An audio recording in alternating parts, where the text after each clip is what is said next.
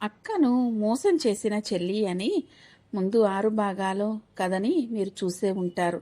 చూడకపోతే ఒక్కసారి ప్లీజ్ వెళ్ళి చూడండి, చాలా బాగుంటుంది. ఇప్పుడు మనం 7వ భాగంలోకి వెళ్తాము. అలా సంధ్య బాధపడుతూ భర్త చెప్పిన మాట విని వెంటనే తన చెల్లికి ఫోన్ చేస్తుంది. హలో నిత్య, ఒక అర్జెంటైన విషయం నీతో మాట్లాడాలి. ఏంటంటే నా అత్తవారింట్లో మా మరదలికి పెళ్లి కుదిరింది కాబట్టి బంగారం అంతా సిద్ధం చేసుకోమని ఈయన అంటున్నాడు. కాబట్టి నువ్వు ఎలాగైనా సరే బంగారం తీసుకుని రావాల్సిందే నిత్య అని అంటుంది.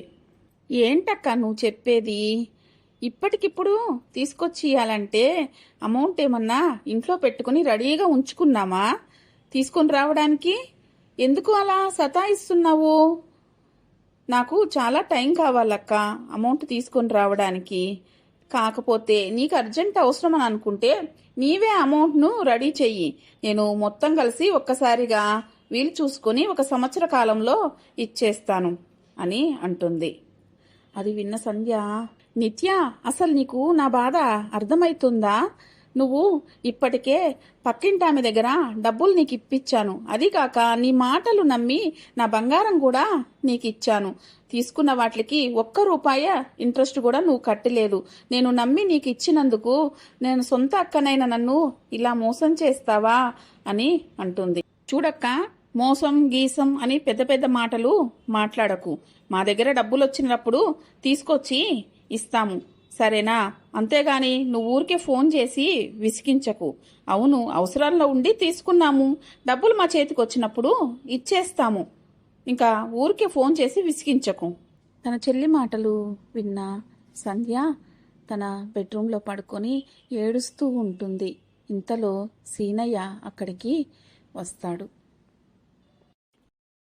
సంధ్య, సంధ్య, ఏమైంది? ఎందుకలా ఏడుస్తున్నావు? నేను నిన్ను 4 రోజుల నుంచి చూస్తున్నాను. నీ పరిస్థితి ఏమీ బాలేదు. నువ్వు ఎప్పుడూ ఏడుస్తూనే ఉన్నావు. ఏమైందో నాకు చెప్పు. నేను నాకు తోచినంత సహాయం నీకు చేస్తాను. అది ఏం లేదండి, మీతో ఒక విషయం చెప్పాలి. నన్ను క్షమించండి, నన్ను ఏమీ అనకండి. దయచేసి ఆ విషయం నేను మీతో చెప్తాను. సరే సంధ్య, నేను నిన్ను ఏమీ అన్ను. ఆ విషయం ఏంటో చెప్పు. అది అది ఏమైందంటేనండి, 1 సంవత్సర క్రితం నేను మా చెల్లికి పక్కింటి పంకజం దగ్గర ఒక 10 లక్షల రూపాయలు అప్పుగా తీసి ఇచ్చానండి. తన మాయ మాటలు నమ్మి నేను చాలా మోసపోయానండి. అది కాకుండా తను నా బంగారం కూడా తీసుకెళ్ళిందండి. ఇదంతా నా తప్పే. ముందు వెనుక తెలియకుండా, నీతో సంప్రదించకుండా ఇవన్నీ నేను చేశానండి. దానికి దేవుడు నాకు తగిన శాస్తి చేశాడండి. నన్ను క్షమించమని అడిగే అర్హత కూడా నాకు లేదండి. దయచేసి ఈ సమస్యను ఎలా జయించాలో నాకు తెలియట్లేదండి. అయ్యో సంధ్య, ఇంత పని చేసావా?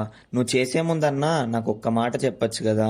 మన ఇద్దరము ఏదో విధంగా ఇచ్చుంటాము, కానీ వాళ్ళకన్నా బుద్ధి ఉండాలి కదా. తీసుకున్నారు, ఓ వడ్డీ అన్నా ఇచ్చారా లేదా?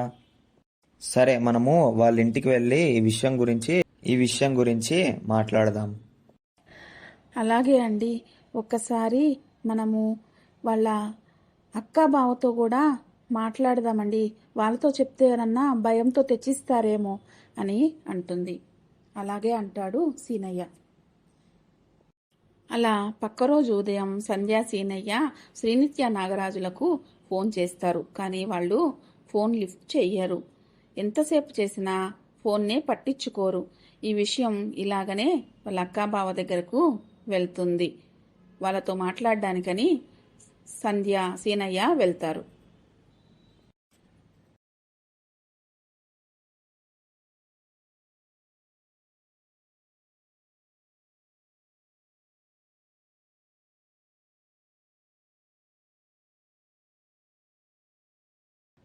రండి రండి, ఏంటి ఇలా వచ్చారు? చాలా రోజులైంది మిమ్మల్ని చూసి. ఏంటి విశేషాలు? ఏమన్నా? అదేంటంటే బావగారు, ఇలా సంధ్య దగ్గర వాళ్ళ చెల్లి మీ తమ్ముడు ఇద్దరు కలిసి ఏదో మాయమాటలు చెప్పి డబ్బులు తీసుకొచ్చారు. ఆ డబ్బులు మావి కూడా కాదు. ఆ డబ్బులు మేము బయట నుంచి తెచ్చి మీ తమ్ముడికి మీ చెల్లికి ఇచ్చాము. తన దగ్గర ఉన్న బంగారం అంతా తాకట్టు పెట్టి ఇచ్చేసింది. వాళ్ళు ఇంట్రెస్ట్ కూడా ఇవ్వట్లేరు. ఆ ఇంట్రెస్ట్ భారం కూడా మా పైనే పడింది. ఏంటి నువ్వు చెప్పేటివన్నీ కబుర్లు లాగున్నాయి, నమ్మశక్యం కాకున్నాయి. అలా డబ్బులు ఎవరికైనా తీసిస్తారా? దీంట్లో ఏమాత్రం నిజముందో నాకు అర్థం కావటం లేదు. వాళ్లను కూడా పిలిపించి అడుగుతాను. నిజ నిజాలు అప్పుడు బయటపడతాయి. అయినా సంధ్య, నీకు బుద్ధుందా కొంచెమైనా? నువ్వు చేసే పనులన్నీ ఇలాగే ఉన్నాయా అని అంటూ ఇద్దరిని గదిరిస్తాడు. సరే అండి బావగారు, మీరే నిజ నిజాలు తెలుసుకొని మీకు ఏది న్యాయం అనిపిస్తే అది చెయ్యండి. మీ చేతికి అప్పచెప్పి మేము వెళ్తున్నాము అని అంటూ అక్కడి నుంచి బయలుదేరి వాళ్ళింటికి వెళ్ళిపోతారు. ఈ విషయమంతా విన్న అక్కా బావలు అసలు దానికి బుద్ధుందా? ఎవరన్నా డబ్బుల విషయంలో ఇలాగా ఆటలాడతారా? అయినా వీళ్ళు చేసేటి అన్నీ చేసేసి చివరికి అంతా అయిపోయిన తర్వాత మన దగ్గరికి వస్తే మనం ఏం చేయగలుగుతాము? అయినా దీంట్లో మనం చేసేదేముంటుంది? ఒకసారి మా తమ్ముణ్ణి మరదల్ని పిలిచి మాట్లాడదాం, అప్పుడు ఏంటో విషయము అర్థమవుతుంది అని అంటూ వాళ్ళిద్దరిని పిలిపిస్తారు ఇంటికి. ఏంటి నాగరాజు, సంధ్య, ఆ శ్రీనయ్య వీడికి వచ్చారు. మీరేదో వాళ్ళ దగ్గర అమౌంట్ తీసుకున్నప్పటి నుంచి ఇంట్రెస్ట్ కూడా కట్టలేదని, ఇంకా బంగారం కూడా మీరు తీసుకున్నారని వాళ్ళు చెప్తున్నారు. అసలు ఏంటి విషయం? అలా ఎవరైనా చేస్తారా అని అడుగుతాడు. పేరులోనే విషాన్ని ఉంచుకున్న నాగరాజు పేరుకు తగ్గట్టుగానే నాగుపాము. అయ్యో బావగారు, మేము వాళ్ళ దగ్గర ఏ డబ్బు తీసుకోలేదండి. తీసుకున్న వాటికి ఇంట్రెస్ట్ కడతానే ఉన్నాము. కావాలంటే ఈమెను అడగండి, ఈమె తీసుకెళ్లి అమౌంట్ కట్టేసి వచ్చేది. మేము వాళ్ళకి ఏ డబ్బు బాకీ లేదు. ఇంకా వాళ్ళ వల్ల మేము చాలా అప్పుల పాలైపోయినాము. కావాలంటే మీ చెల్లెల్ని అడగండి అని అంటాడు. అవునండి, అవును, మేము వాళ్ళ దగ్గర తీసుకున్నా కానీ ఇంట్రెస్ట్ అయితే కట్టేశాము. వాళ్ళ వల్ల మేము చాలా ఇబ్బందులు పాలయ్యాము. ఎక్కువ ఇంట్రెస్ట్కి అమౌంట్ ఇప్పించింది, కానీ మేము అమౌంట్ అయితే ఒక్కరోజు కూడా ఆపలేదు అని కర్కశంగా నిజాన్ని దాచిపెట్టి భర్త తరఫున మాట్లాడి వాళ్ళందరి ముందు వాళ్ళంతా మంచివాళ్ళులాగా నటించి వాళ్ళని నమ్మిస్తారు. అయితే వాళ్ళేంటి, మీరేదో వాళ్ళ దగ్గర ఉత్తిగా డబ్బులు తీసుకొని ఇంట్రెస్ట్ ఏమీ కట్టకుండా ఇంకా బంగారం కూడా తీసుకున్నారంట. అది తాకట్టు పెట్టి మీరు ఒక్క రూపాయి కూడా కట్టలేదంట ఇప్పటివరకు. అలా చెప్తున్నారు వాళ్ళు. అయ్యో అక్కా బావ, మీరు వాళ్ళ మాటలు ఏమీ నమ్మకండి. వాళ్ళ వల్ల మేము చాలా లాస్లో ఉన్నాము, చాలా నష్టపోయాం. వ్యాపారం కూడా మూతపోయింది, మా ఆఫీస్ కూడా మూసేసాము. అలా అంటే వాళ్ళ దగ్గర ప్రూఫ్స్ ఏమన్నా ఉంటే తీసుకొని రమ్మనండి, అప్పుడు మాట్లాడదాం. ఈ మాటలన్నీ విన్న సుందరము అతని భార్య ఇలా నిర్ణయించుకుంటారు. వీళ్ళు ఎంతైనా రక్త సంబంధం కావటంతో, తన తమ్ముడే కావటంతో వీళ్ళు చెప్పిందే నిజమని నమ్ముతారు. వీళ్ళు చేసిన మోసాన్ని కప్పిపుచ్చేలాగా నాటకం ఆడతారు. డబ్బుతో వాళ్ళ కళ్ళు మూసుకుపోయి ఉంటాయి. వీళ్ళు చెప్పిందే నిజమనుకొని నమ్మి వాళ్ళకు ఫోన్ చేసి చెప్తారు. వాళ్ళకి మీకు ఏ సంబంధము లేదంట. వారు ఎప్పుడు మీ దగ్గర డబ్బులు తీసుకొని అసలు ఏమీ బాకీనే లేరంట. మీకు వడ్డీ కూడా వాళ్ళు ప్రతి నెల కట్టారంట అని ఈ విధంగా మాట్లాడతారు. ఆ విషయం తెలుసుకున్న సంధ్య వాళ్ళకి, నాగరాజుకి, శ్రీనిత్యకు ఫోన్ చేస్తుంది. అలా ఇరు కుటుంబాల మధ్య చర్చలు జరిగిన తర్వాత ఒక వారం రోజుల తర్వాత సంధ్య శ్రీనిత్యకు ఫోన్ చేస్తుంది. హలో, నిత్య నేను అని అంటుంది. చెప్పు, ఏంటి అని అడుగుతుంది. అదే నిత్య, అమౌంట్ సంగతి ఏం చేశావు? ఎప్పుడు సర్దుబాటు చేస్తున్నారు అని అడుగుతుంది. ఏంటి అమౌంట్ మీకిచ్చేది? మేము దొంగలులాగా మీకు కనిపిస్తున్నామా? అయినా మా సంగతులు, మా విషయాలు అన్నీ వెళ్ళి మీరు వారికి ఎందుకు చెప్పారు? వారికి చెప్పారు కాబట్టి వారి దగ్గరే అడిగి తీసుకోండి, డబ్బు కోసం మాకు ఫోన్ చేయపాకండి అని అంటుంది. ఏంటి నిత్య ఆ విధంగా మాట్లాడుతున్నావు? నేను సంవత్సరం నుంచి మిమ్మల్ని డబ్బులు అడుగుతుంటే ఇదిగో అప్పుడు ఇప్పుడు అని మీరు టైం అంతా వేస్ట్ చేస్తున్నారు. నన్ను చాలా ఇబ్బంది పెట్టించారు. అందుకే మాకు అక్కడైనా కొంచెం పరిష్కారం దొరుకుతుందేమోనని వాళ్ళ దగ్గరికి వెళ్ళాము. అంతేగాని వాళ్ళని అడిగి డబ్బులు తీసుకోండి అని అంటే అది కరెక్ట్ సమాధానం కాదు కదా. అసలు ఈ విషయాలంతా విన్న మా వాళ్ళు, మా అత్తమామలు, ఆడపడుచు అస్సలు మీతోన మాట్లాడొద్దన్నారు. మీతో అసలు కాంటాక్ట్లో ఉండొద్దని చెప్పారు. అందుకనే మేము ఇక నుంచి ఫోన్ చేయదలుచుకోలేదు. కాబట్టి మీరు ఊరికే ఫోన్ చేసి మాకు విసిగించొద్దండి. అమౌంట్ ఏదన్నా వస్తే మేమే మీకు తీసుకొని వచ్చి ఇస్తాము. అంతవరకు మా జోలికి రాకండి అని అంటూ పెట్టేస్తుంది ఫోను. తన చెల్లి ఆ విధంగా మాట్లాడటంతో తట్టుకోలేని సంధ్య తన రూంలో ఏడుస్తూ పడుకుని ఉంటుంది.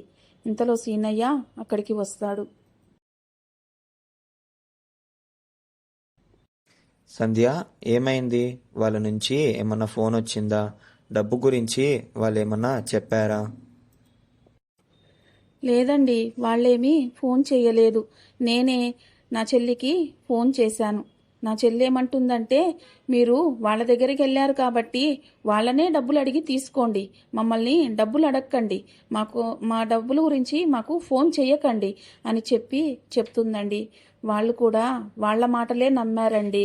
అందుకనే వాళ్ళ వదిన ఫోన్ చేసి మీరు అలా ఎలా ఇస్తారు, చిన్నవాళ్ళని అలా ఎలా మోసం చేస్తారు, అంతంత వడ్డీ తీసుకుంటారా అని అడిగిందండి. ప్రమాణకంగా చెప్తున్నానండి, వాళ్ళు ₹1 కూడా వడ్డీ కట్టలేదండి. ఇంతవరకు నేనే కట్టుకుంటూ వచ్చాను. నీకు తగిన శాస్తే జరిగింది సంధ్య. సొంత చెల్లెని నెత్తినెక్కించుకున్నావు. ఇది చూడు ఎలా చేసిందో. ఇప్పుడు మొత్తం ఎంత బాకీ ఉన్నాం మనము అందరికీ? ఏమండి, నన్ను క్షమించండి. నిజంగా ఇలా జరుగుతుందని నేను అనుకోలేదండి. ఇంత ద్రోహం చేస్తారని నేను అనుకోలేదండి. మొత్తం 10 లక్షల రూపాయలు పంకజానికి మనము ఇవ్వాలండి అని అంటుంది ఏడుస్తూ. ఏంటి సంధ్య, 10 లక్షలంటే ఇప్పుడు నేను ఎక్కడి నుంచి తీసుకొని రావాలి? సరే, నువ్వు ఏం కంగారు పడకు. ఈ ఇల్లు ఎలాగోలా అమ్మకానికి పెట్టి అమ్మేసి వాళ్ళ డబ్బులు వాళ్ళకి ఇచ్చేద్దాం. ఆ మాట విన్న సంధ్య ఒక్కసారిగా కుదేలవుతుంది. అలా పంకజం దగ్గర 2-3 నెలలు టైం అడిగి తీసుకుంటారు. అలా కొన్ని రోజులకి ఇల్లుని అమ్మేసి సంధ్యాసీనయ్య తనకు కట్టవలసిన డబ్బులు కట్టేసేసి వేరే ప్రాంతానికి వెళ్ళిపోతారు. ఈ విషయాలన్నీ తెలుసుకున్న శ్రీనిత్యకు కనీసం చీమ కుట్టినట్లు కూడా ఉండదు. భార్యాభర్తలు కలిసి పైశాచిక ఆనందాన్ని పొందుతుంటారు. అక్క గురించి, అక్క సంసారాన్ని రోడ్డు మీద వేసినామే అనే బాధ గాని వాళ్ళ కళ్ళల్లో కొంచెం కూడా కనిపించదు. ఏమండి, నన్ను క్షమించండి. నేను మీకు చెయ్యరాని ద్రోహం చేశాను. నిన్ను బిడ్డలని ఈ స్థితికి నేను తీసుకొచ్చానండి. నా పాపాన్ని తలుచుకుంటుంటే నాకే అసహ్యంగా ఉందండి అని చెప్పి భర్త కాళ్ల మీద పడి క్షమాపణ వేడుకుంటుంది. పాపం, ఏం చెయ్యలేని భర్త తనను క్షమించి ఇంట్లో ఉండనిస్తాడు. జరిగింది తలుచుకొని ప్రతి క్షణము కుమిలిపోతూ ఉంటుంది. చాలని వ్యాపారంతో వాళ్ళకి ఒక్క పూట కూడా సంతోషం లేకుండా ఉంటుంది. పిల్లలను, భర్తను చూసి చాలా వేదన పడుతుంది. ఈ పరిస్థితి కారణమైన తనను తానే తిట్టుకుంటుంది, ఏడ్చుకుంటుంది. ఈ కథ ఇంతటితో ముగుస్తుంది. తర్వాత తన చెల్లి చేసే నాటకాలు ఏ విధంగా ఉంటాయో ఇంకొక భాగంలో చూస్తారు మీరు.